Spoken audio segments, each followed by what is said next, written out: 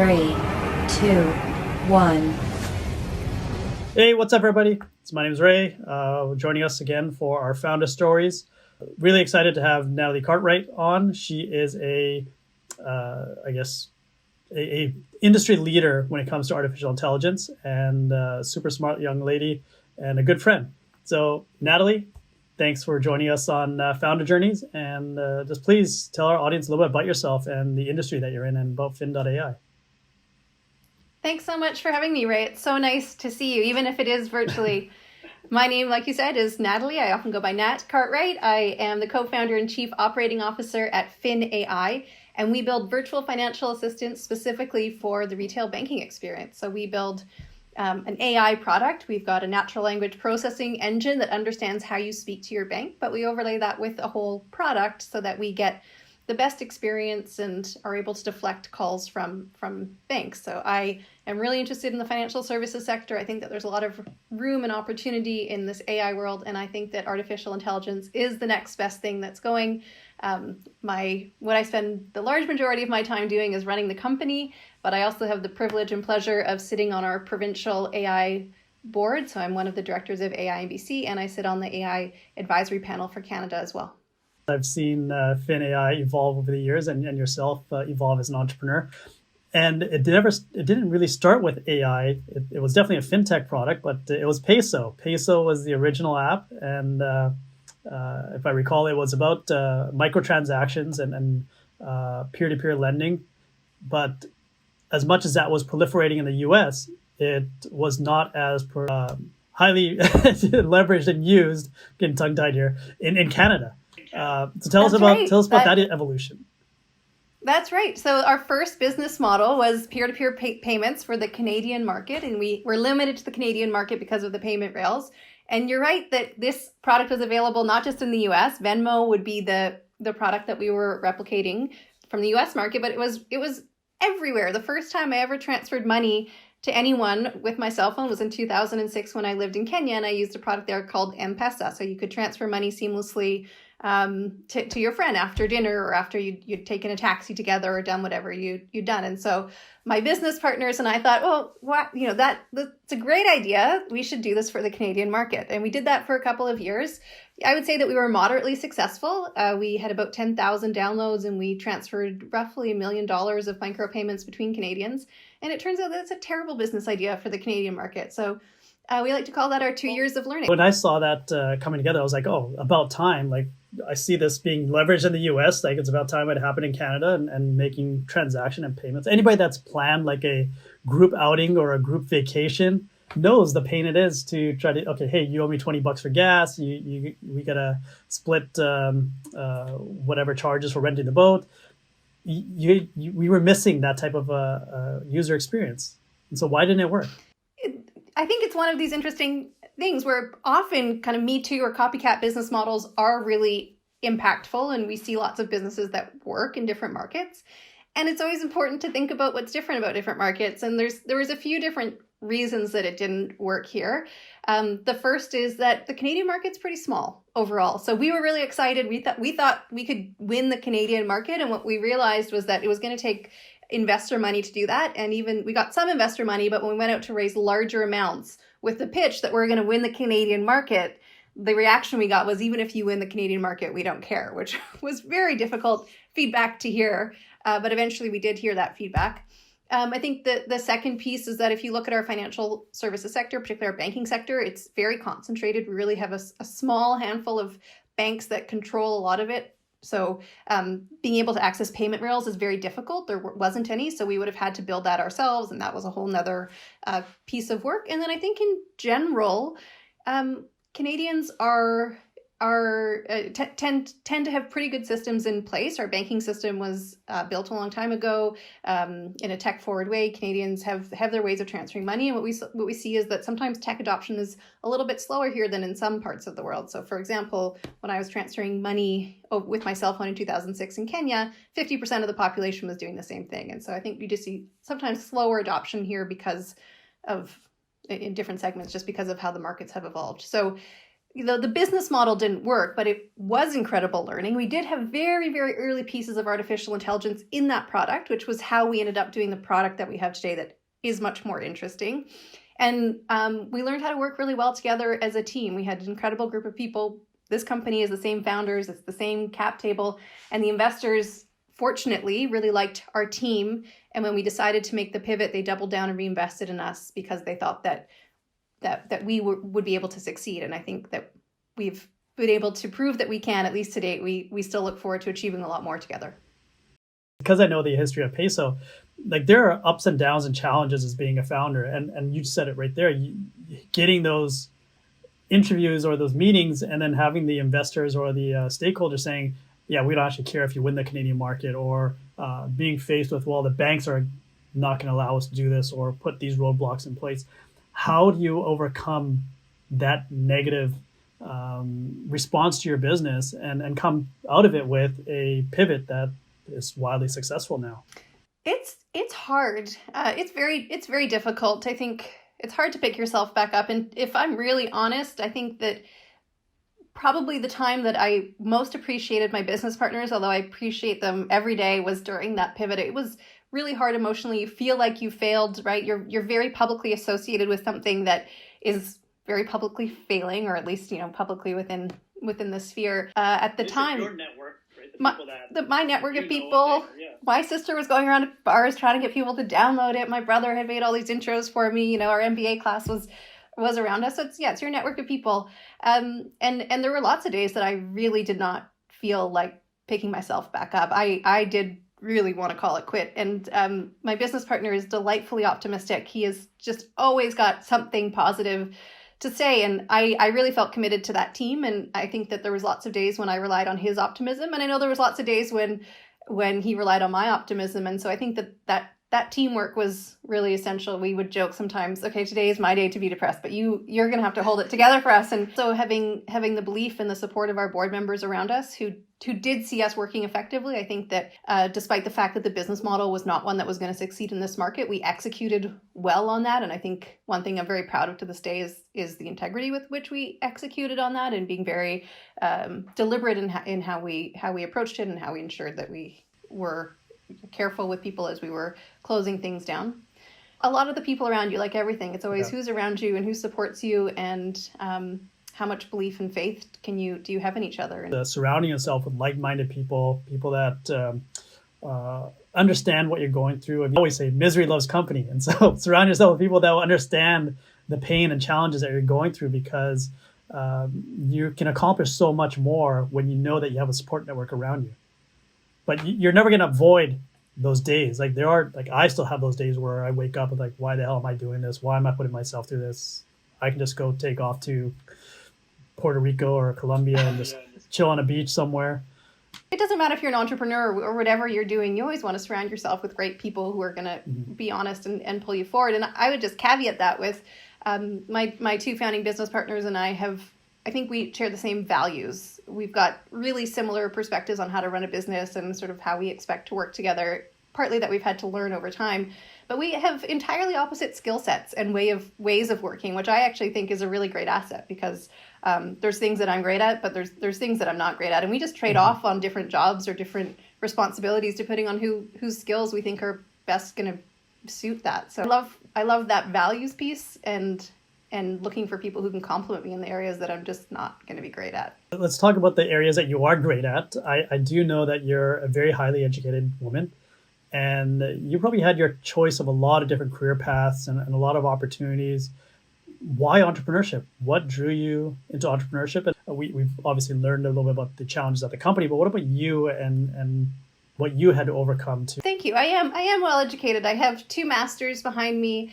I used to work with the UN in Geneva, and my plan was to do an MBA and then to go back to that job in Geneva with the UN that was very comfortable and a wonderful place to work. I got a bit sidetracked and interested in entrepreneurship. And part of what enabled me to do that was the work that I did before, in that I saw an exceptional amount of real, true poverty and people who lived very different lives than most people I know. And what I realized was I do come from privilege. Most people I know come from privilege. I will not worry about eating tomorrow. And part of that was very liberating in that, yes, I can go and start a company and there's some risk associated with it. But at the end of the day, what am I risking? I'm risking, I did move back in with my parents in my early 30s to be able to do this. So that's not a huge risk. I risked some money. We didn't take salaries for a couple of years. And like I said, found ways to work around that. But I was not risking my personal safety or my psychological well-being or my ability to feed myself. And so just that perspective, I think, gave me a lot of freedom in it feeling much less risky than it might otherwise feel. Once you start, there's a lot of emotion that goes through it. It's especially when you're early and you kind of have a dream and you haven't yet reached traction. It's amazing how quickly, once you get some traction, people are very impressed and there's lots of kind of excitement around and maybe some media. But before that, you get a lot of people thinking that you're crazy and you really doubt yourself. And that is challenging because you do sort of wonder, have I gone crazy or is this a really good idea? And how are we going to land? And I went from, traveling business class, meeting heads of states 1 year to the next year, literally being in a t-shirt with the Peso logo on it out at UBC, handing out cards, being rejected continually by 18-year-olds and sort of going home and thinking like, what am I doing with my life? Yeah. So it's a big hit to your ego. Like I've had to do this stuff as well. It's one of those things where you wonder, did everybody have to go through this, or is it just me? But you realize, especially for me now sitting in this seat, like, no, everybody has to go through this. It's a bit of an ego check, but you have to, like our motto, get shit done, is just do what you have to do to get yourself to that next milestone. Absolutely. And I think something that I'm increasingly realizing is that it doesn't end. It's kind of a reframe. So in my past jobs, when I was an employee, I had sort of a defined scope of work, and that's what I was responsible for. And I would sort of, there were certain things that other people took care of that maybe were less attractive, but there was also some really exciting things that other people took care of that I didn't get to participate in. And I think something that is true when it's your own company, whether you're early stage or not, is that you're responsible for everything. And so to this day, so we're about 50 people. I'm the chief operating officer at our company. If there's something that needs to be done and there's no one who's doing it, it's ultimately still my responsibility.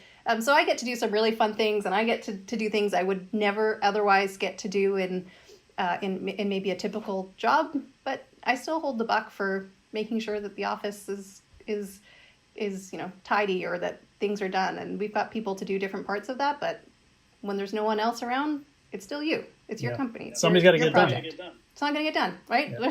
Like, at the end of the day, the finger's always yours, pointing back at you. Looking back, my hindsight's 20/20, but from where you started to where you are now, what does that journey of entrepreneurship mean to you? Would you do it again if you had that choice, or would you choose a different path? Gosh, I think that would you do it again? Right now, I would do it again, but probably if you asked me at different times during the day, I might answer differently. So, but I think I am exceptionally proud of what we've achieved. You achieve less than you think in short periods of time, but you achieve much more when you look back in hindsight. And we've achieved a lot, and we've got a lot more to come. But we're in a really interesting space. We're seeing incredible movement in our industry. We were really early on the curve, and so our timing really hit it out of the park. It's kind of incredible to look back, and it was very hard. There was lots of moments that I don't care to relive, but it's so cool to be here now, and I'm so excited. Like, I think in the hard moments, I'm like, imagine 2 years from now, where are you going to be, and like, what are you going to think about this period of time? Because 2 years ago, you could never imagine to be here. So ultimately, I think I would do it again. It, like everything that's hard, it's worth it, right? Like, it's fun, it's exciting. It really is a privilege to get to do what we do every day. You don't realize how much you're accomplishing until well after the fact, but your focus has been on your business and what you're accomplishing with your business. But for me, as an outside looking in, I actually see what you've accomplished for the industry. So it's one thing to have these accomplishments for your business, but the impact that you and Fin.ai have been having on the AI industry and the financial tech industry, not just in Canada, but in globally. Did you ever imagine that that's where you're going to be and the impact that you're going to have in an entire industry, or? No, and thank you. That's a very kind compliment, particularly coming from you, who truly has done so much for the ecosystem and for building out networks. You certainly hope that you're going to have a big impact, but to start to see us, we've got customers across 4 continents. We're the main channels for some of our customers. There's these incredible things that are happening, and every now and again I get a piece of data from the team that just blows my mind around feedback from a customer of they're able to access something that they couldn't access. And one of the things that for me is the most satisfying is looking at the talent that's come through the company and is now still with us or with other places, and kind of getting this alumni and this network effect of incredible professionals in the AI industry, whether it's working on AI problems directly or tangentially like customer success or other roles. It's so incredible to think that we get to be part of that, and that you're interviewing people, they know of your company. I talked to someone last week who said, we were interviewing him for a position. He said, oh yeah, I did a webinar on your product. And just from a different company. And that's such, you just don't even know that these things are happening. You as a founder, when you hear something like that, it's like, hey, a student has been doing a project about my company. It's so cool. I mean, it's your baby, right? I feel very humbled. Of course, we offered this person the position. But so that's kind of an inside tip. You wanna get the job, tell the interviewer, if it's a founder, that you did a student project on your business. Yeah, straight for the ego. He was very humble. I think it was genuine. Very cool to get to see that impact in different areas, and it's so cool. It's so cool to use your product in a live environment, which we can now do, and to think like, wow, we were responsible for this. That's one of the most fun things. Where does that kind of leave you now with having gone through that journey, being an entrepreneur? You're a brand new mother. We're living in the world of COVID. How do you balance all this? It's something that we're all trying to figure out in COVID. I think COVID changes how we work and the flow of our day and their interactions with people. So we're all working through what is this new normal and how long is this new normal with this and what does it mean for us? And for me, being a new mother, I've got an 8-month-old son, and being an entrepreneur and being on different boards and seeing my family a lot, it can all work together. I really believe that you can that you can have it all. It doesn't mean that you need to drive yourself crazy, but it's where can you hand things off. We've got a great team at the company that does an incredible amount of work, and those people mean that I can hand off lots of things and focus on the pieces that I really need to focus on. And I've got incredible help around me with raising my son. My mom is here. We have a wonderful nanny. I've got a partner who does an equal amount of childcare as I do. And I think that it is possible to find the right balance. But my rule of thumb is if anyone wants to help me, I say yes, and I figure out how to make it work, because I don't want to have it all at the expense of my well-being. Yeah, I think that's one of the key parts is everybody's situation is different, but you can't be afraid to ask for help. The perception is that, especially for entrepreneurs, is that if you show signs of weakness, you're not capable, or people are going to look different upon you. People are starting to realize or come out and really talk about how much they rely on other people to come in and support them and help them. And that was a lesson that I was taught early from my brother. He is an entrepreneur with a tech company, and he made tons of intros for us, and everyone was willing to help. Everyone was willing to help. And he said that in this network, people are so supportive, and you should end every email with, what can I do in return? And how do I help you back? And when I see any tech company that's successful, particularly in the market that we're in Vancouver, it feels like a success for everyone. I think people love to help. And there's parts of the business that are unique to you.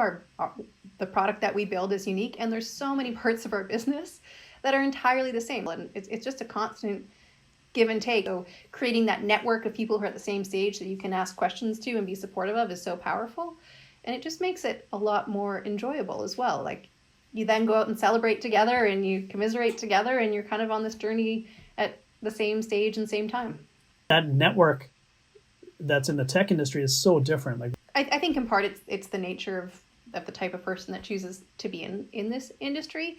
And I've always attributed it to the risk that's associated with starting companies or with technology, and it's part of your insurance. So the bigger your network and the more that you've helped out, the more people will help you, and it's how you succeed. That the companies that succeed are the ones that have been able to navigate those really difficult moments time and time again. There's no company that hasn't had their many difficult moments, but if you're able to navigate them, that's what ultimately gets you to success. And I can give you dozens of examples of times when we've had to call board members, friends, you name it, to ask for help. The easy days are easy. It's the tough days that you need those networks. And it's amazing how people will come through for you. Point of surround yourself with a good network, and good things will come. And be the first person to help too. I think it's really fun now when people ask for help and I know the answer because we've been through it. We ask for help all the time. It is amazing how much give and take there is, and how much collaboration there is, and how much want there is for everyone to be successful. It's being genuine and being willing to help no matter which way you can, because it does become noticeable if you're just the one taking and never contributing back. Well, that doesn't last very long. People will notice. Really valuable insight and feedback. There's aspects to the journey that you've been in that's very different than others. What is an example of an app or a tool that has helped you on your founder journey? So there's lots of tools that we can't live without. I try and use as few tools as I can. And I'm going to choose a tool that might be one that not everyone uses, and it's a product that I've become an evangelist for. And that is that when I was pregnant, it was really difficult to exercise, and exercising has always been my mental health and my happy place.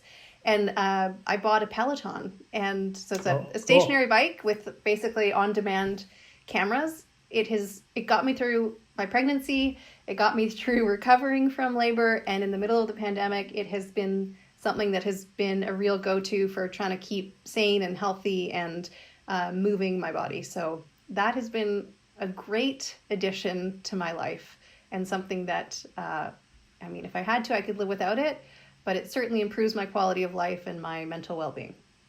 Same thing. I use the gym and exercising as my outlet to channel my stress. And with the gyms being closed, and I discovered boxing in virtual reality. And similar to like a Peloton, it's a technology that allows you to get a good cardio workout in. And it was a lifesaver. And definitely, I didn't think of Peloton and those type of apps as something that would come up in this series, but I'm so excited that you brought that up. That's an awesome one. I love that you're doing virtual reality boxing. Can you send me the information? Yeah. I want to try that. I used to box. It got me a great workout, and it was a lifesaver. Yeah. Again, it's physical health is clearly tied to mental health, and you definitely need to get out and get that workout in whenever you can. Even a 30-minute walk a day does amazing things. Exercise has always been something that I've used in my life as a strategy to stay happy and healthy. Piece of advice for our entrepreneurs out listening to us right now. What's some advice that you have for new or even seasoned entrepreneurs building a company in today's world? I think my best piece of advice is really simple, which is just hang in there. Hang in there, keep going. 2 steps forward, 1 step back. It's always difficult to be an entrepreneur. I think we're all trying to readjust to this new world, and even those of us that haven't been heavily impacted, there's changes to our lives and how we're working together. There's an incredible amount of opportunity that's coming out on the back of COVID with different business models, different ways of working, different needs, lots of talent in the market. So I think that there's going to be a lot of really interesting things that can happen, and you just got to keep going. So, when you've got good days, celebrate them. And when you have those tough days, find your network, talk to people, get your virtual boxing or your Peloton or whatever it is in, and put your head down the next day and take the next step forward. Awesome. Cheesy, all right, but true. We're now at that point in the interview where you've given so much advice and feedback and insight to our audience. What can our audience do for you? What's your call to action? And so my call to action is, if you are new to artificial intelligence, if it's a technology that maybe you've used as a consumer but haven't read too much about, to take 10 minutes and to learn something new about it. You could review the Montreal Declaration, which is an international declaration on ethics and how it's used. You could read a great book. My favorite book is called Prediction Machines, just how AI is applied to business. It's perfect AI 101, but take a few minutes to learn something about the technology. Maybe you'll get some inspiration about where to apply it or how to apply it. And for AI to be really successful, we all need to think about how we want it to be used in our world, and how we're going to leverage it as an incredible force for good. There's so many cool applications of artificial intelligence, and I think we've all got a role to play. I hear so often people say, I don't know anything about AI, I can't, start a company, or I can't get involved in a company. But this is the time. If you're at all interested, this is the perfect time to get involved. And so I invite people to learn about it, or to find a way to be involved in building the next great AI thing. That's awesome. Nat, I really enjoyed our conversation today. You're an amazing woman, amazing entrepreneur. Keep doing what you're doing and make the world a better place. All right. Thanks, everyone.